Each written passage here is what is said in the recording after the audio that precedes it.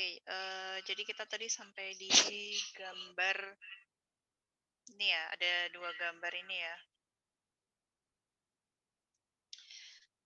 Oke, bagus ya tadi, analisis dari Amila dan juga Royhan. Jadi gambar yang di sebelah kiri ini didominasi kalau dari segi proses, untuk partisipannya ada 2, Siti dan ibunya. Kemudian circumstance-nya berarti ada di kitchen, di dapur, itu berarti circumstance-nya jenis location ya. Dan untuk prosesnya didominasi dengan material dan juga verbal proses. Karena ada komunikasi antara ibu dan anak di dapur ini ya. Sedang melakukan kegiatan dapur gitu ya. Sedang masak gitu. Oke, kalau untuk gambar yang sebelah kanan, saya mau nanya Reni Asrohillah. Reni.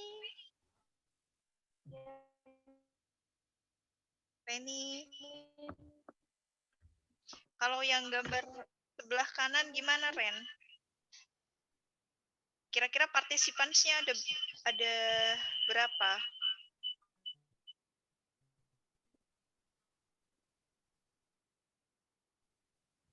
Fadil?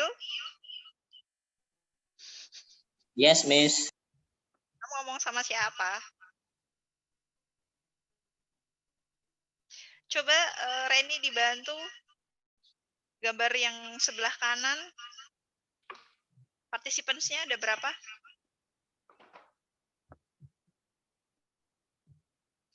Halo?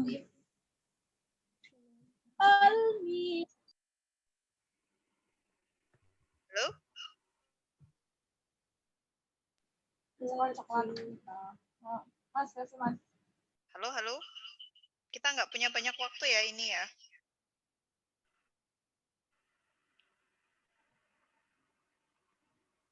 Atau siapa yang mau membantu saya untuk gambar sebelah kanan? Boleh, Miss. Oke, silakan. Itu di gambar itu kalau dari material prosesnya dia sedang berdiri. Enggak, partisipannya dulu. Partisipannya anak perempuan. Oke. Kira-kira tua muda? Terus menengah. Menengah. Remaja. Usia SMP kali ya, karena ini kan textbook. Iya, usia. Ya, kelas 3-2 SMP lah. Oke. Terus dia itu material prosesnya dia circumstance-nya dia in the kitchen. Bisa in the kitchen, bisa juga dining room sih. Situ ada meja makan juga soalnya bisa. Biasanya kalau suka include gitu nggak sih di kitchen? Bisa sih. Iya, sekalian meja makan. Oke, and then material untuk prosesnya di situ dia material prosesnya sedang berdiri. Yang pertama. Yang keduanya dia sambil menggenggam sendok. Menggenggam sendok? Iya, di tangan kanannya itu kan lagi megang sendok. Oh iya. Oh enggak, Miss. Enggak, itu bukan sendok, itu gagang laci kayaknya itu. Yang mana sih? Yang di dekat tangan kanannya itu tuh yang titik hitam. Apa itu sendok? Oh, itu tuh laci tuh dia. Bukan deh. Laci, iya, itu laci. Bukan gagang sendok. Iya, dia sambil mungkin buka-buka nyari sendok makan. gitu ya. Intinya dia lagi apa? Bisa jadi. Tapi yang kalau dia lagi masak, siap-siap mau makan, Miss. Enggak, kalau lagi masak sih enggak. Enggak masak ya. Dia lagi nyiapin mungkin breakfast gitu ya. Mau berangkat sekolah pakai seragam kan itu? Iya, pakai seragam sama rok putih. Kan rok. Rok hitam, sorry, rok putih. Seragam anak SMP ya. Warnanya putih, biru biasanya. Iya, putih berkerah. Ya. Ya itu Miss, kalau dari material proses itu aja mungkin. Kalau dari verbal proses dia nggak ada karena tidak bercakap apa-apa dan tidak ada lawan bicaranya juga sepertinya. Oke. Lalu untuk material proses kayaknya dia hanya berdiri saja deh Miss. Karena walaupun di depannya ada makanan, dia nggak makan. Dan untuk mental proses dia hanya kayaknya melihat aja deh. Melihat ya. Oke. Melihat, bernafas. Ya Oke. itu aja Miss, mungkin dari saya. Ya. Coba kalau jadi udah bagus ya, Miss menangkap kalian sudah cukup bagus dalam menganalisis dari segi transitivity sistemnya. Coba kalau kita analisis dari segi culture-nya, context of culture. Jadi di SFL itu kan selain transitivity system, itu kan ada context of culture. Nah, kalau dibandingkan dari dua gambar ini, yang satu ada anak sama ibunya, yang satu sendirian. Terus dua-duanya sama-sama memotretkan seorang perempuan. Dan background-nya, circumstance-nya sama-sama di dapur. Berarti kalau dari segi budaya, culture, apa ini? Penulis buku teks ini membuat gambar seperti ini nih mau menyampaikan budaya apa ini? Kayaknya sih kayak budaya memasak, Miss. apa ya? Sarapan di pagi hari sih kayaknya Miss. Kayaknya sih sarapan di pagi hari deh. Emang kalau orang sarapan di pagi hari cuman orang Indonesia aja ya? Budaya memasak, Miss, buat Ya, perempuan. enggak juga sih. Oh, ini aja deh, cooking breakfast in the morning. Gitu aja, Miss. Cooking breakfast in the morning. Emang kalau sarapan Enggak juga. masih terlalu umum itu. Cooking in the kitchen, Miss.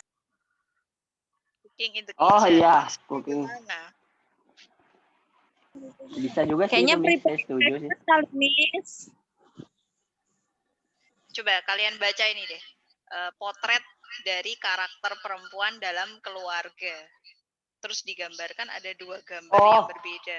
Oh, iya. Iya. Karena itu budaya perempuan berarti budaya perempuan yang menyiapkan makanan. Nah, gitu, Miss. Ya enggak? Nah, Budaya perempuan yang memasak, Miss. Betul. Biasanya yang suka di dapur tuh siapa sih? Perempuan nggak sih? Iya, Miss, perempuan dong. Iya, laki-laki mah tinggal makan. Laki-laki tinggal gitu, duduk kan? di meja makan. Itu sebenarnya budaya Indonesia. Kalau di luar negeri nggak kayak gitu.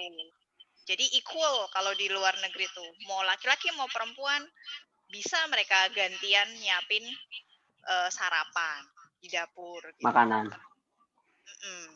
Tapi kalau budaya Indonesia pasti yang suruh nyiapin makanan, masak di dapur perempuan, ya nggak?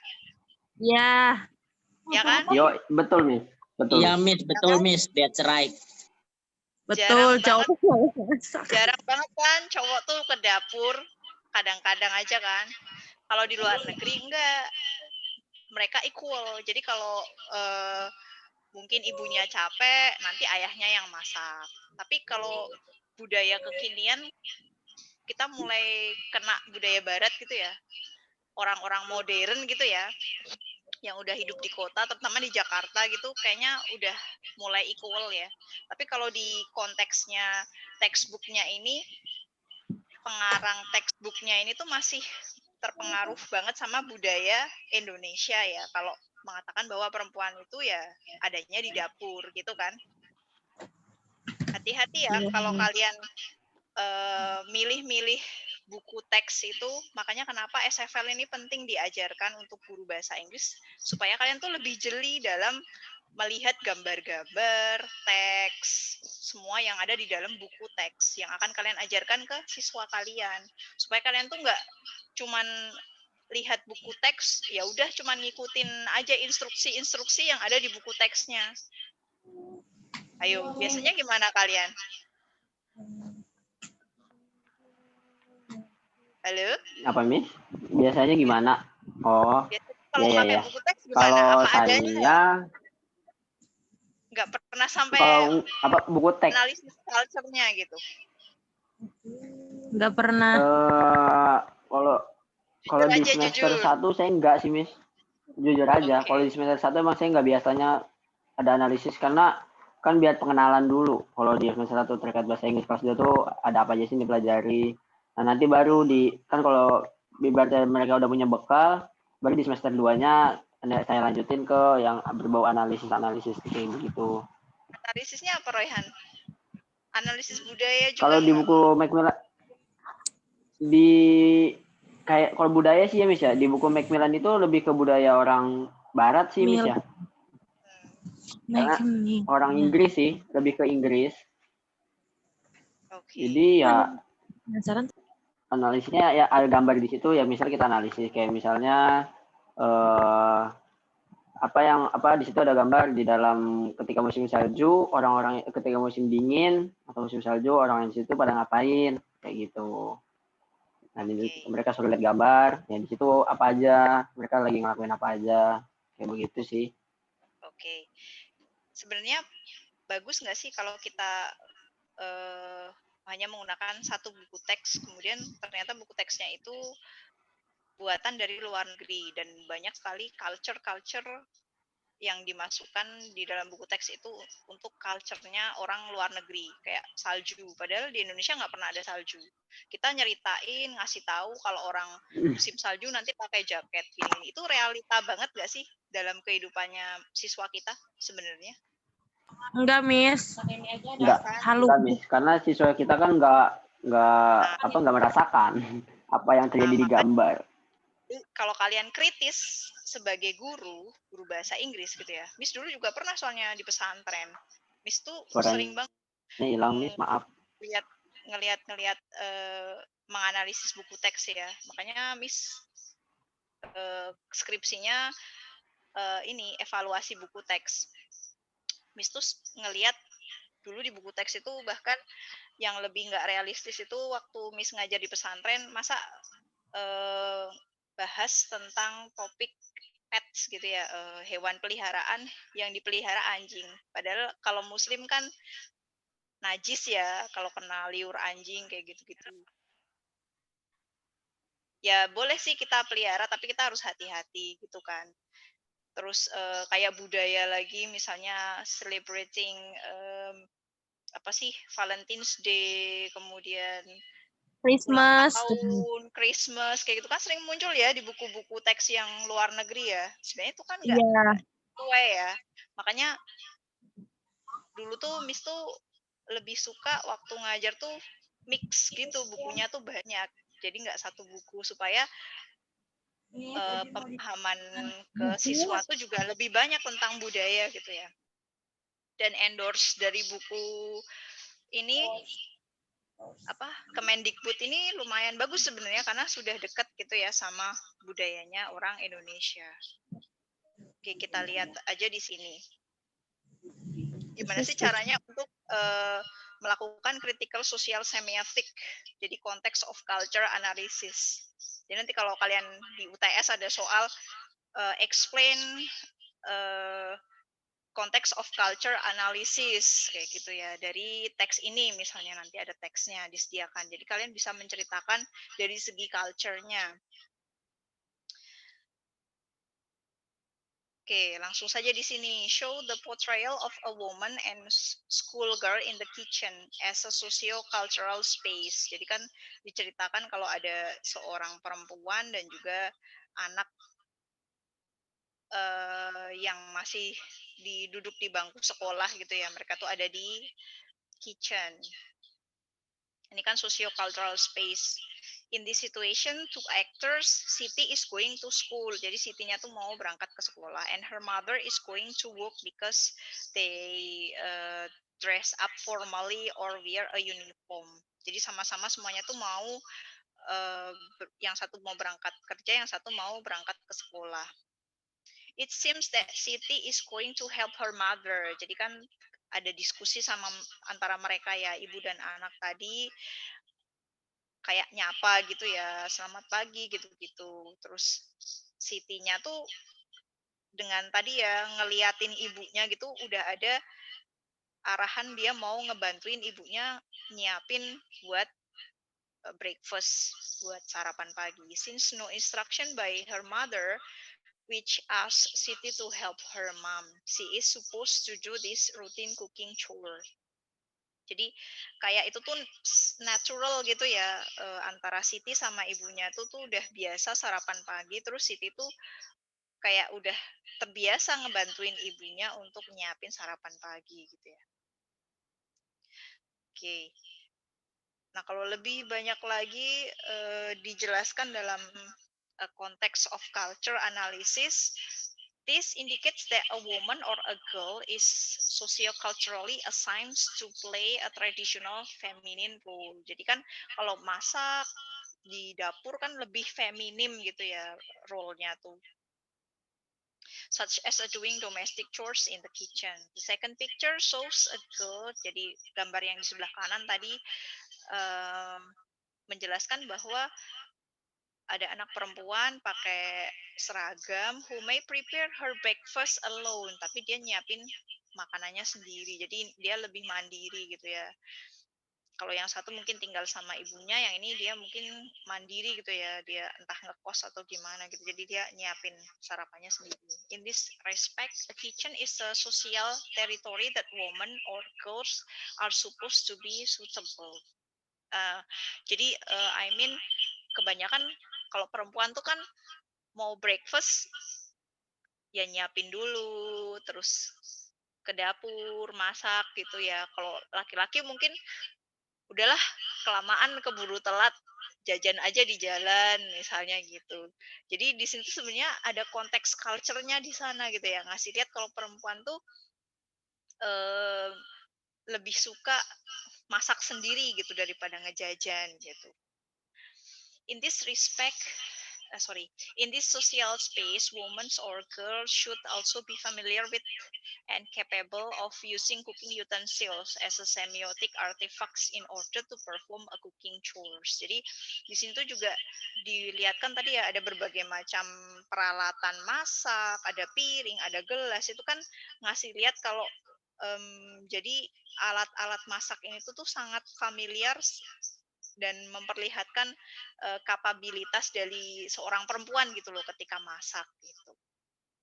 In this common stereotypes indicates a domestic dichotomy between the interests or responsibilities of men and a woman at home. Jadi itu ngasih ngelihat perbedaan antara perempuan sama laki-laki kalau lagi di rumah gitu. Dalam konteks keluarga, family gitu ya. Kalau perempuan tuh lebih ke dapur gitu. Such an image may serve to reinforce female identity. Semiotically, the stereotype way of a daughter helping her mother in the kitchen may illustrate a domestic obligation that every daughter is supposed to do in the domestic domain. Jadi mau ibunya, mau anak perempuannya itu pasti kalau culture-nya Indonesia itu ya di dapur gitu ya, masak di dapur. Oke, kita lihat sekarang. Nah, ini masih sama ya. Jadi gimana sih? Jadi culture-nya tuh menjadi istri yang baik, kalau udah nikah gitu ya perempuan, atau jadi anak yang baik itu ya doing a house chores, jadi melakukan kegiatan-kegiatan rumah tangga gitu ya. Jadi ini tuh adalah maintaining a traditional feminine role in Indonesia. Jadi kalau kebanyakan orang-orang ibu-ibu dan anak perempuan Indonesia tuh ya familiarnya sama dapur gitu ya. Terus sama kegiatan rumah tangga. Masih kayak gitu kan kalau culture-nya orang Indonesia. Nah, tapi kita lihat untuk gambar yang berikutnya di sini. Coba saya mau nanya, siapa yang mau bantu saya di gambar berikut ini? Gambar ketiga. Ya, Miss, analisis lagi kah? Ya, kalau gambar yang ketiga ini bedanya apa sama yang dua gambar sebelumnya? Coba Ebi. Ebi jawab, Bi. Ada? Feby ada? Feby? Halo? Iya, Miss. Iya. Oh, kirain ini udah pada tidur. Enggak, Belum Miss, ya? ya Allah. Fadil Wah. hadir, Miss. Fadil hadir, stay. Lah, Oke, coba kalau yang Ayo. gambar 3 ini gimana? Apa bedanya dengan gambar yang 2 gambar yang sebelumnya? Kalau dari culture-nya gimana? Kita bahas culture-nya dulu deh, karena kalian udah lulus kalau untuk analisis transitivity system. Kalau dari kalau culture gimana? kalau culture tadi kan cewek-cewek. Mama sama anak ceweknya. Kalau ini mah sama anak bujangnya. Ih, Mas. Sama anak cowoknya. Ya ini Terus mama kenapa? sama bujangannya, Miss. Sama anak cowok. Anak cowoknya, bukan anak bujangnya. Terus kalau Iya. dari percakapannya mereka, apa yang bisa diambil? Apa, Miss? Kalau dari Itu anak percakapannya laki-lakinya mereka, lagi bantuin mamanya masak, Miss. betul. Kira-kira ngebantunya terpaksa, maksudnya atau dia menawarkan diri sendiri? Itu Kalau disuruh itu mama. mamahnya yang minta tolong, Miss, ke anaknya. Oke. Bener. Biasanya yang terjadi gimana kalau di culture Indonesia tuh? Anak cowok tuh lebih sering disuruh mamahnya apa dengan sendirinya membantu mamahnya? Disuruh, Disuruh Miss. mamahnya.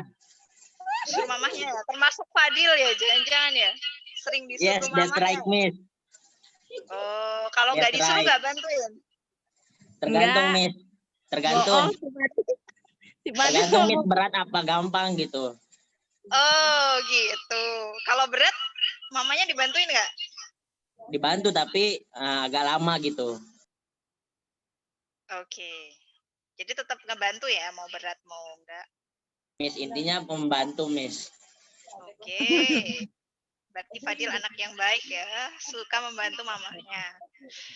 Masya Allah.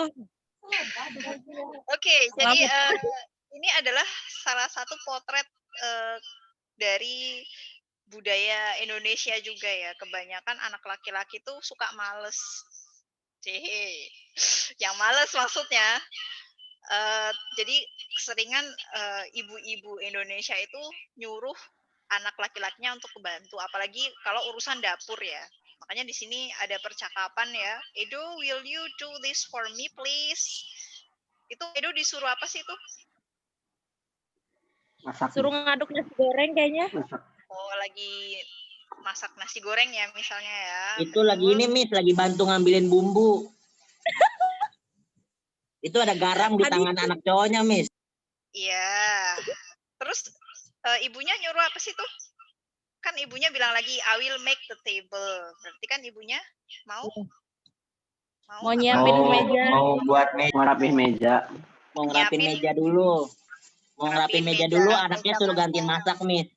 Betul, Fadil. Oke, that's right, yoi. Oke.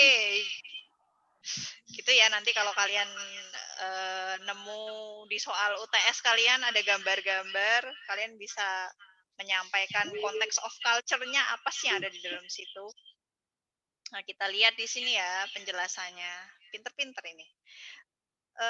Jadi di gambar kedua, reinforce the depiction of a traditionally feminine role that males may play at home. In this respect, a mother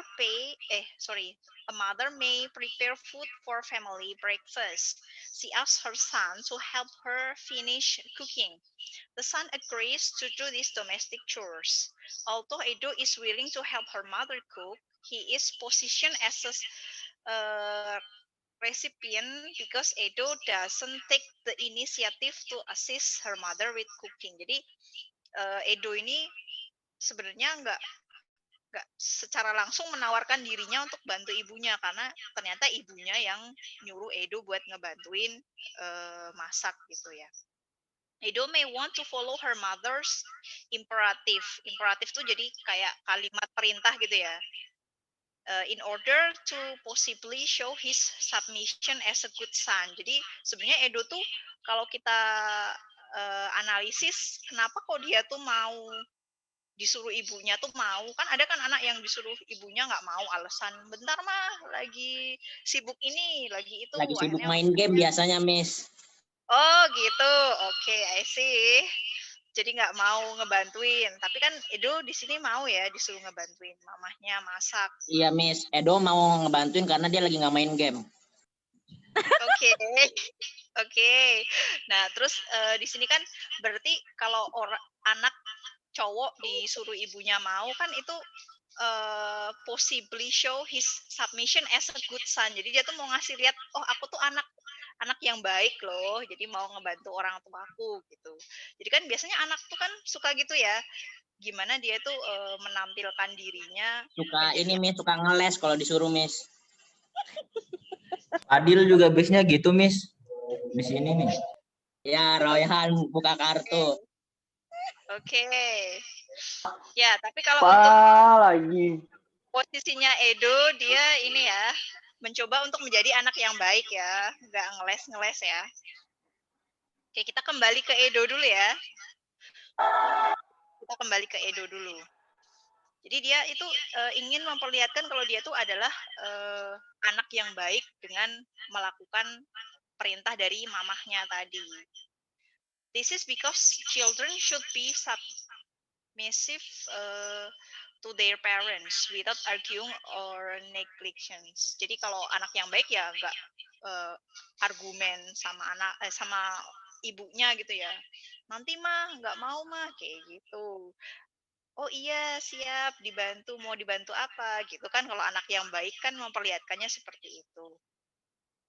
Despite this, the textbook writers may wish to reinforce how a mother should encourage her son. Jadi selain dari gambar tadi tuh ngajarin, kan ini buku teksnya tuh untuk anak SMP ya, jadi tuh ngajarin biar anak-anak SMP tuh di usianya mereka segitu ya, teenager gitulah ya, mau beranjak dewasa itu jadi anak-anak yang baik gitu loh, mau membantuin ibunya kayak gitu-gitu ya. Ini tuh sedang dikasih culture-nya tuh seperti ini gitu loh, diajarkan sama si penulis bukunya ini tuh. Terus ngasih tahu juga di sini kalau jadi seorang ibu itu tuh harus bisa ngajarin anaknya gitu, apalagi anak cowoknya ya. Karena kan tadi kalau cewek tuh kayak udah biasa gitu loh ngebantuin ibu di dapur tuh, itu tuh hal yang biasa dilakukan gitu loh. Jadi kayak udah kebiasaan secara langsung gitu. Kalau cowok kan kayak harus disuruh dulu gitu ya. Jadi sini kayak ngasih tahu ibu-ibu tuh sebaiknya memang mengajarkan anak cowoknya untuk melakukan domestic chores, jadi kayak kegiatan rumah tangga gitu. Sebentar saya mau batuk dulu.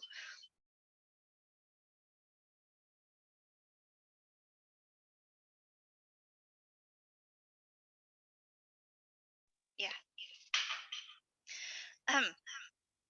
Jadi di sini tuh ngasih tahu kalau ibunya tuh mau ngajarin anak cowoknya gitu ya, gimana untuk belajar untuk melakukan kegiatan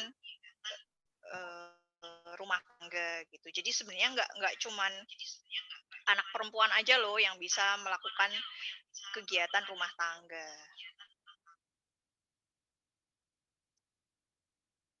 Nah, ini adalah analisis dari culture ya, konteks of culture analysis. Nah, kemudian di sini juga bisa ngajarin juga, they may also introduce the concept of sharing emancipation that place emphasis on an equal treatment of males and females. Jadi ini tuh juga sekaligus ngajarin emansipasi. Kalau di dua gambar sebelumnya kan cewek semua, jadi cewek aja yang ngerjain apa sih di dapur. Tapi kan kalau ini kan kayak emansipasi, ada equal gitu ya, ada kesamaan antara perempuan dan laki-laki walaupun konteksnya ibu dan anak laki-laki gitu ya. Tapi kan ini adalah dua individu yang berbeda gitu ya, yang satu perempuan, yang satu laki-laki. Jadi kayak ada mengajarkan untuk konsep equal. Jadi sebenarnya tuh mau ngajarin juga sebenarnya budaya Indonesia tuh walaupun kelihatannya apa-apa semuanya pekerjaan rumah tangga tuh dikerjain sama perempuan, tapi anak laki-laki atau ayah itu bisa loh membantu istri atau membantu perempuan tuh bisa loh laki-laki tuh sebagai partner gitu di sini. Maksudnya di sini si penulis tuh ingin mengajarkan budayanya gitu. Jadi ya masih ada partner antara perempuan dan laki-laki untuk saling membantu gitu ya.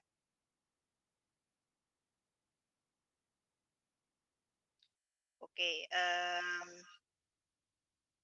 nah kita bisa lihat di sini, however in countries where strong gender norm persist, male engagement in traditionally feminine and communal activities may be considered to a taboo or culturally inappropriate. Tapi kalau misalnya untuk negara-negara tertentu yang masih kuat banget sama apa sih budaya feminis gitu ya, kalau perempuan harusnya di dapur, jadi kalau laki-laki ngebantuin perempuan di dapur itu kayak tabu gitu, ih nggak boleh gitu, nggak cocok gitu.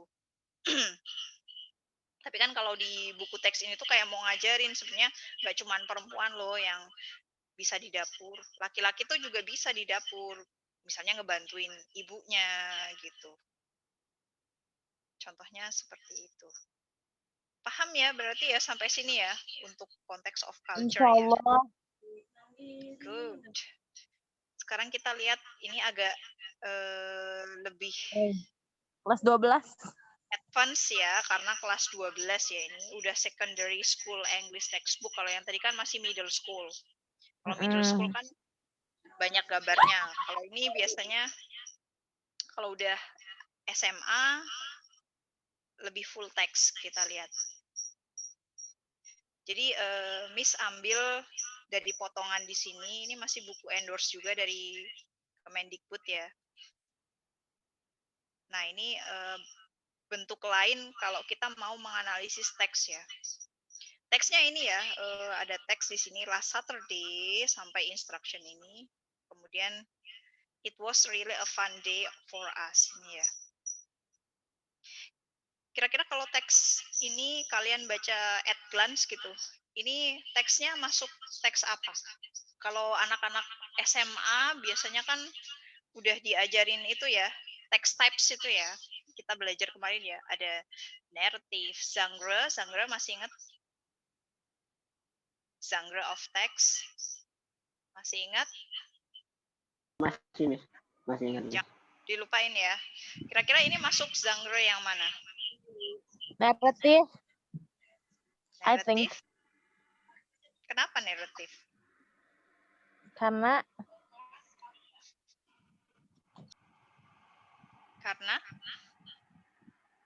menceritakan aktivitas. Recount. Gitu ya. Kalau saya recount Karena kok kayak recount teks ya, Miss ya? Itu ada kayak for if. Kita cek ya. Ini ya sebenarnya apa sih kegiatannya? Sebelum saya reveal. Kegiatannya apa sih? Ini study trip ke botanical garden. Oke, good. Kalau participants-nya siapa aja? 12 grade students. ya kelas 12. Cuman Kelas 12. murid aja? Anak-anak Guru. Pasti sama Sama ada gurunya gurunya. sih. Ada gurunya ya? Ya nggak gitu juga. Jangan Iya. memaksakan. Harus lihat dari teksnya dong. Kalau teksnya nggak ada gurunya, ya berarti partisipannya cuma murid aja. Ada ya ini ya. Some teachers were also with us. Ada kata-kata some teachers were also with us ya. Berarti ada gurunya. Iya. Kita lihat ya bagaimana cara untuk menganalisisnya. A trip to botanical garden. Jadi kalau misalnya kita mau menganalisis menggunakan SFL, itu kita bisa, tadi ini digabungkan ya sama Miss jadi satu, terus kita analisis dalam klausa. Group clause of the text. Jadi kita masukkan dalam klausa. Kan di pertemuan yang keberapa itu kan sempat belajar caranya mengelompokkan klausa ya. Karena dalam kategori klausa itu meaning makna itu lebih terlihat. Oke, jadi bisa kita kelompokkan dalam klausa. Nah, terus kita lihat grammatical features-nya. Dan juga ternyata ini adalah recount ya. Siapa tadi yang jawab recount? Saya, Miss. Lu? Ya, betul. Tapi ini factual Iya, recount. saya, Miss. Ini genre kategorinya recount tapi factual recount. Kenapa factual recount? Karena menceritakan aktivitas sekolah yang itu tuh faktual, fakta gitu. Nanti dicek lagi ya di bukunya Bu Sally Humphrey, itu nanti ada berbagai macam bentuk-bentuk genre text atau text types. Kalian bisa lihat di situ. Nah, nanti kalian cari dulu social purpose-nya dari factual recount itu apa. Misalnya strukturnya kan ada orientation, record of event, reorientation, kemudian key grammatical features-nya apa. Nah, ini nanti masuk dalam ranah transitivity system.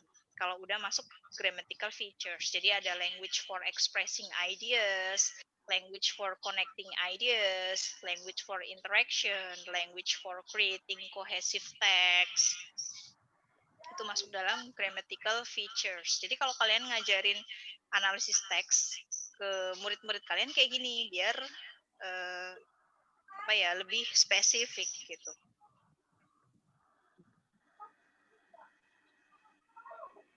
Nah, langsung aja ya, Miss refill aja. Jadi nanti tinggal kalian masukkan social purpose-nya apa. Misalnya tell us what happened by documenting a series of event. Kemudian orientation-nya yang pertama misalnya last Saturday gini. Jadi orientation kan biasanya awal mula menceritakan factual recount-nya itu apa sih, kapan sih gitu ya. Sering-seringnya nih banyak konten-konten tentang circumstance, jadi kan lebih ke waktu ya ini. Dan juga biasanya kasih lihat participants-nya juga ada. Kemudian record of event-nya, jadi ada event apa aja disampaikan di sini. Oke. Kemudian untuk key grammatical features-nya, jadi apa aja sih language for expressing idea-nya, misalnya bisa menggunakan action process. Jadi action process berarti material proses. Ya.